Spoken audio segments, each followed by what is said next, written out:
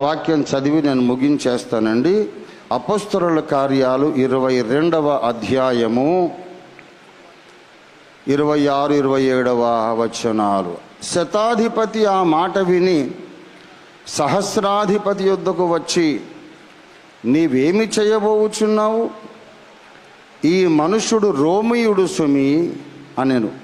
అప్పుడు సహస్రాధిపతి వచ్చి అతనిని చూచి, నీవు రోమియుడవా? అది నాతో చెప్పుమనెను. 25వ వచనం. వారు పౌలును వారులతో కట్టుచున్నప్పుడు అతడు తన దగ్గర నిలిచి ఉన్న మనుష్యుని కొరడాలతో కొట్టుటకు మీకు అధికారం ఉన్నదా అని అడిగాను. పౌలును కొరడాలతో కొట్టడానికి సిద్ధం చేస్తున్నారు, వారులతో కడుతున్నారు, కొరడాలతో కొడదామని. అతను రోమా పౌరుడు.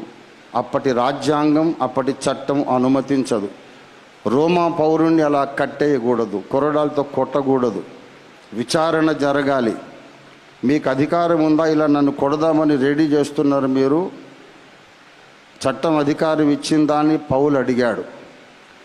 ఒకడు అడిగితే అది ప్రశ్న, 1,00,000 మంది కలిసి అడిగితే అది ఉద్యమం.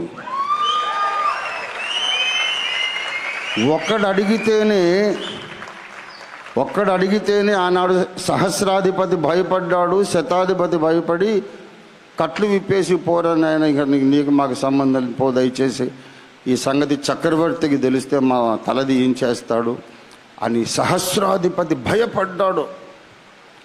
ఒక్కడు అడిగితేనే అధిపతి భయపడ్డాడు. 1,00,000 మంది కలిసి అడిగితే, క్రైస్తవులను ఇలాగ అక్రమ అరెస్టులు చేయడానికి రాజ్యాంగబద్ధంగా మీకు అధికారం ఉన్నదా? క్రైస్తవులను ఇలాగ హత్యలు చేసిన హంతకులను కాపాడడానికి మీకు చట్టబద్ధంగా అధికారం ఉన్నదా?